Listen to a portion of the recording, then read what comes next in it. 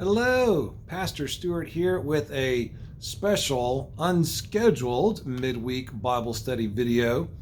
If you watched the previous Bible study video from 2 weeks ago, then you would have heard me say that we were finishing our study of the book of Proverbs, and we're going to take a break until the church restarts midweek Bible study in person, and we'll figure out what kind of online video offerings we can do for that. So I definitely said that 2 weeks ago, and I definitely meant it.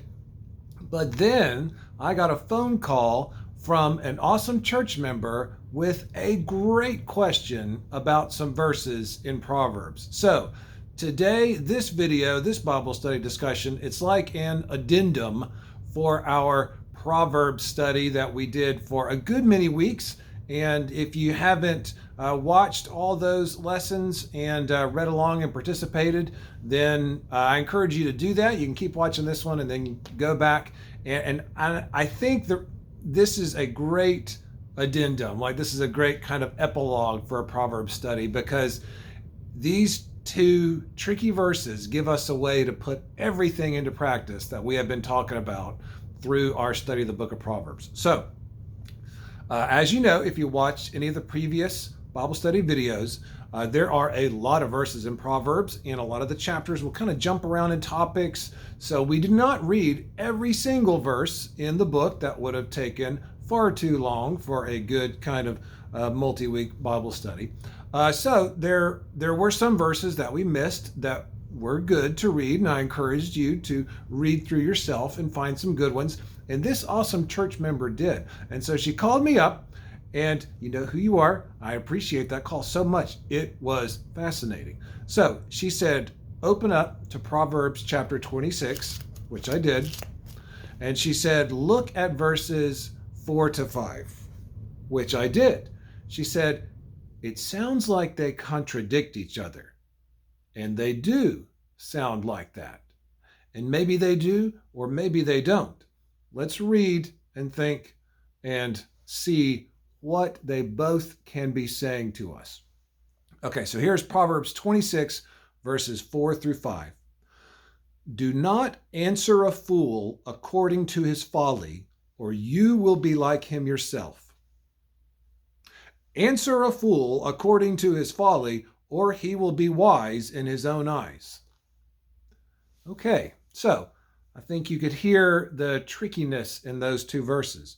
The first one, verse 4 says, don't answer a fool according to his folly. Verse 5 says, do answer a fool according to his folly. So what are we to make of these two verses? It sounds like one is saying, don't do this thing, and the other one is saying, do this thing. And I think they're both right. And as I talked to this awesome church member on the phone, we really had to talk it out and think about it. I had to check some commentaries and really kind of delve deep into what is the wisdom that these verses are telling us. Let's think about each one. So if you encounter a person who is foolish, or let's say has some kind of like ridiculous idea or a really strong bullying opinion, and is just so pushy and it's just almost kind of like just almost angry or just very irrational, then we can read verse 4, and it can remind us, don't answer that fool according to their folly, or you will be like him yourself. What that means is maybe you've had this happen, or maybe you've seen it happen. Once you start engaging with someone who's like just kind of off, just kind of gone off the rails, like once you start getting into it, they tend to kind of drag you down, or drag the conversation down, or just drag like the level of maturity down in the room, so that eventually you will start sounding like them, and you'll start going, no, I'm not stupid, you're stupid. No, what kind of idiot would think that? You've got another thing coming, because eventually if you try and meet that person at their level, it's going to pull you down, and you might end up being as emotionally out like an emotional outburst as they are. And when that happens, nobody wins. Certainly, you didn't convince them with your well-reasoned argument. And certainly, you don't look any better. You don't come off looking well, like if there's another person in the room or if it's within a group or a family, like Thanksgiving holidays, around the table. And, maybe everybody's got that one crazy uncle who's like, what we need to do? We need to, if you get into it and it devolves into a shouting match, you're not going to look good. You're not going to win him over. So don't answer a fool according to his folly, or you will be like him yourself. Okay, that's true. Let's look at the next verse, verse 5. Answer a fool according to his folly, or he will be wise in his own eyes. So, like I said, I think both these verses are true. If a person has an opinion that is misinformed, or they are basing their opinion on not legitimate facts and just like the state of reality, then if no one corrects them and says, actually, that's not the case. It's actually this instead. It's not that way, like you're thinking. If no one corrects them, then what's to stop them from just continuing to think that way and spreading their weird, irrational opinions? And they will go on, continue thinking they are wise in their own eyes. So yeah, do answer a fool according to his folly, or he will be wise in his own eyes. Okay, so now what are we going to do? What do we do with these two verses? They sound like they're saying different things, and they're given different instructions, almost opposite instructions. But again, I think they're both true. So we need to take them both into account when we encounter someone who is a little off the rails, or has an obscure opinion, or just is going off, or is acting immature, or is spouting off things that are hurtful or unhelpful, or is just misinformed, and yet is quite confident in their conclusion. It's amazing. It's almost like the more misinformed or uninformed a person is, the stronger they will feel about their conclusion. It's almost like the less information a person has about an issue, the more confident they are in their opinion and assessment about it. So it's tricky. It's tricky. What do you do? Do you let it go and say, hey man, sell crazy somewhere else? I've got other things to do. That's okay. That's understandable, because you don't want to lower yourself to their level. Or do you say, you know what, buddy, I've heard you saying those things, and I just want to tell you, also good. So I think there's good advice in both of these verses. And the tricky part is figuring out how to listen to both verses in each situation. It's not a good idea to always, stand up to someone who's spouting off things and say, you know what, yeah, you're wrong. Like someone on the street with a bullhorn, probably not a situation that you're going to make any headway in. As a good rule, anyone with a bullhorn, just let them go. Just say, I'll pray for you. But a more private situation where you're talking with a friend or a relative, and you have a relationship with them, and they know that you love them, and you know that they love you, maybe that's where you can say, you know what, you've been saying these things, or I saw this thing that you typed, and I just wanted to talk about it with you. That's great to do. I think both those things are great to do. That is the tricky part of these two verses, figuring out which verse applies at any given instance and on any given day. And like those two examples I just gave, maybe there's a public and private dynamic going on. So maybe if you're just in a group, you don't want to confront someone and let it just end up in a shouting match in public. It's not going to help anybody at all. Certainly, it will hurt your witness as a person who demonstrates Christ's love if you're eventually they just drag you down into emotional outbursts. You know what I mean?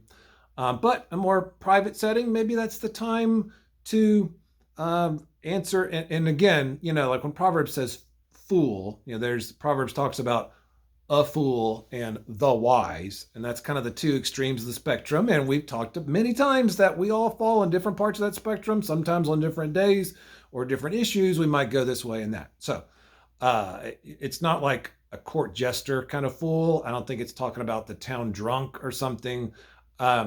We can apply the verses of Proverbs to real people in real life and know that there's a spectrum of like foolishness and wisdom and kind of figuring out where we are and where the other person is. So maybe there's a good public-private element to this. Really, I think the key for these verses is to kind of keep our wits about us and really stop and think, okay, what is a helpful way to handle this? Because, I hate to break it to you, you will run into people who are emotional, acting irrationally, have opinions that aren't based on facts and data, and they might be pushy, they might be arrogant, and just really like kind of foolhardy, as it were. So you're going to run into people like that. If you ever use the internet, you will find many examples everywhere.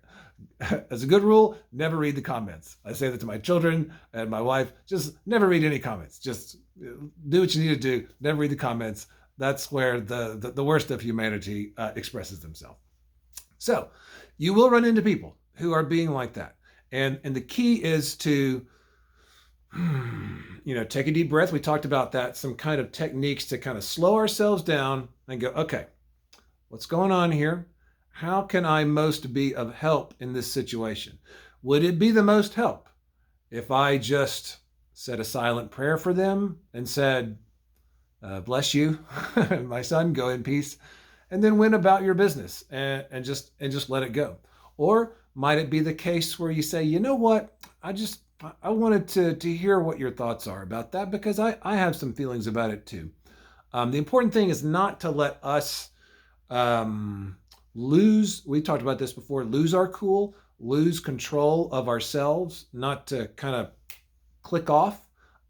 In soccer games, when you see a player just really enraged and maybe like punch somebody or headbutt somebody, another fan will go, why is he doing that? Did he forget how to play the game of soccer? And the answer is no. The commentators call that, oh, he's got the red mist. He's got the red mist. It's not like he forgot that if you headbutt someone in a soccer game, you'll be kicked out of the game. Okay? Every player knows that. But sometimes our emotions just fill us up and explode and we get the red mist. Okay? So the key for us in responding to foolishness or rationality, whatever it is, keep our wits about us, not to get sucked in, not to let someone kind of push our buttons so that we devolve and demature down to their level. Usually, if they're talking about something that you just don't care about, maybe it's, some weird, maybe it's like a baseball team and you don't care, or maybe it's like sewing or, some kind of color pattern. And you're like, I don't care. It's fine. Whatever. You're not going to get sucked in. You don't have to worry about it. But if they're talking about an issue that you feel strongly about and they say, oh, you know what we really need to do about that. That's when your buttons can get pressed and you really need to be aware of yourself and know what's going on. And especially if the other person is saying something that could be maybe harmful to others or hurtful to others, or it's just an unhelpful position to have in society, then, whoa, and especially, we've talked about this before, if they start using Bible verses to justify their opinion, if their opinion can hurt other people, like for me, especially as a Christian, as a minister, when I hear people using Bible verses that to support opinions that can hurt other people, whoa, I really have to kind of check myself, because it's tempting to get sucked in and start doing what I call dueling Bible verses. And they'll say, well, you know that this verse says blah, blah, blah. And the other person, well, you know that this verse says blah, blah, blah. And just go back and forth and back and forth, using the Bible as a weapon. Like, no, it says this. Ah. And the other person, no, it says this. Wah. Nothing good will come of that. You're not going to make any progress or headway. No one's going to grow. No one's going to have an epiphany. They might get a head injury, but there's going to be no increase of knowledge or maturity there. It won't get you anywhere. And we know this because the dueling Bible verses game has been around as long as the Bible itself has been around. You can look in the New Testament, in the Gospels, when Jesus would encounter like the Pharisees, and they'd say, well, you know, this verse says this, and so you shouldn't do this, Jesus. And he's like, well, guess what? I'm doing it, Son of God.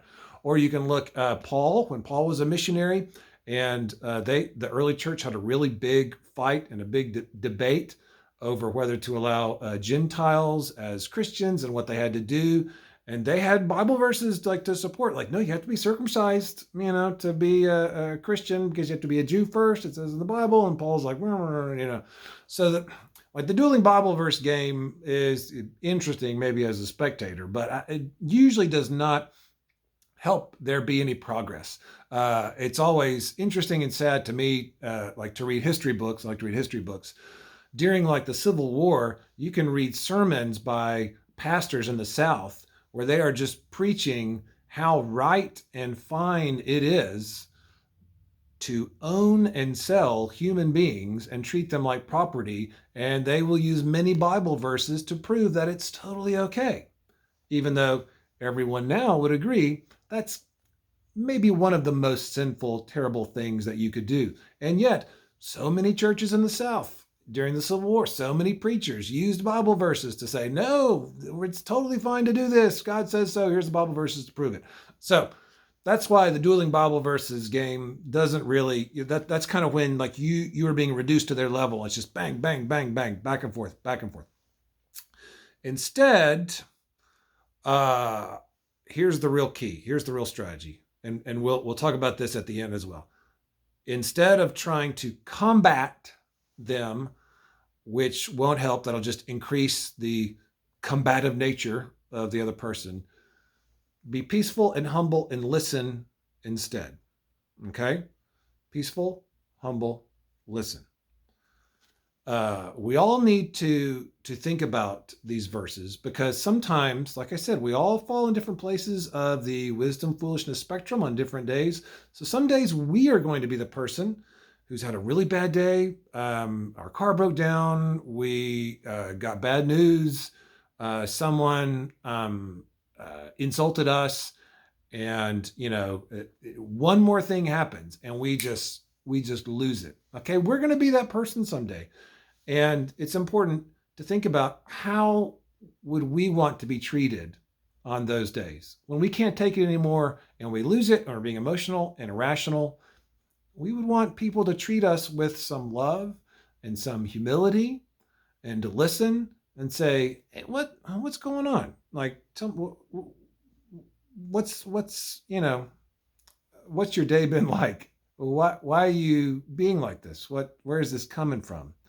Where is this coming from? A very good question. So here are some good reminders from our previous discussion for us and for others, whoever happens to be the more wise or the more foolish on the day. Remember that fools stir up arguments, Proverbs 6:14. Fools think they're always right and they don't listen to advice, 12:15. They get upset quickly, 12:16. They say ridiculous things, 15:2. They love to hear themselves talk and they don't care what others think, 18:2. Okay, so if that's going on, you can go, well, those are the signs of someone who's acting foolishly. So we need to practice the characteristics of wisdom in those situations. Always want to learn more, Proverbs 15:14. Thinks before speaking, 15:28. Doesn't lose their temper, 29:11 encourages more knowledge all around. 15:2. And in this verse, I think, is the real key that goes back to the tip that I said a minute ago. Proverbs 18:13 says this: to answer before listening, that is folly and shame. To answer before listening, that is folly and shame. So, these two verses that we read in chapter 26 that sound like they're saying different things, they're really both true and they're both good advice. The way to figure out which one applies in any given situation is to listen first. To listen first. If you hear someone who's got this weird argument and you think to yourself, why in the world would somebody think that? That should send up a flag that something else is going on deeper in that person. Okay? So, number one, don't try to argue with them because it won't get anyone anywhere. Instead, like number two, listen. Try and figure out what's going on. If you hear something that's irrational or uninformed, instead of going, well, actually this, and here's the this, and here's the info, and here's some facts and statistics, and here's the citations for all the peer-reviewed news, medical journals, or whatever it is. They're just not going to listen. The person will not listen to that. But if you hear some kind of argument that just sounds really weird, go, hold on. Something else is going on here. This person has some very strong feelings. So let me listen to what those feelings might be. Where is this coming from? Where is this kind of emotionality, irrationality? Where is it coming from? So ask questions, do some listening, learn, figure out what's going on. And as you do that, when you do that instead of like the point counterpoint, like the dueling Bible verses kind of game, if you just say, okay, well, tell me, like kind of like the counselor, like, oh, it sounds like that really bothers you. What about it makes you so upset? Well, when a person sees that you're interested in them, you want to know what they're feeling, that you're listening, then they put their guard down, right? If you start quoting like, you're wrong on this, they're going to get really defensive, put their dukes up, start fighting. And that's where the verse earlier, don't answer a fool according to his folly, then you'll be just like them and it'll just end up in a fighting match, which will not help them. And you'll come out, with mud on your face too, rolling around in the mud. He'll have dragged you down into it. So when you're in the situation, think, what is it that I want to happen here? And if you want them to listen to you, then first you should listen to them. And that will help you get a better feel about what's going on inside their hearts, what they're worried about. Usually if someone's acting all weird like that, they're probably scared of something. So ask good questions. Like, well, what are you worried about here? Are you worried that this is going to happen? Like, why are you so upset? Listen, ask questions. That will help you maintain your control over yourself and your heart. And then you can figure out which of those two verses in Proverbs chapter 26 would really apply best to that situation. So there you go. A great thing to think about. A great way to frame and apply everything we talked about in Proverbs all those many weeks. So thank you very much to that awesome church member who called with that very good, hard question. And be sure to put on your calendars Wednesday, July 7th. We will resume in-person Bible study here where you can raise your hand and ask a question. And we can talk about it right there in real time. Won't that be great? I'll think about how we can maybe translate it onto the internet and maybe share it around with more people. But in the meantime, put on your calendar Wednesday, July 7th, 6 o'clock in the Fellowship Hall here at First Baptist Weaverville. All right. Thank you very much. Prayers for you as you navigate that tricky world outside. There's a lot of emotions out there and a lot of fools and foolishness. So you have to be on your guard. Cling to wisdom and the Spirit will guide you. Take care. I'll see you later. Bye-bye.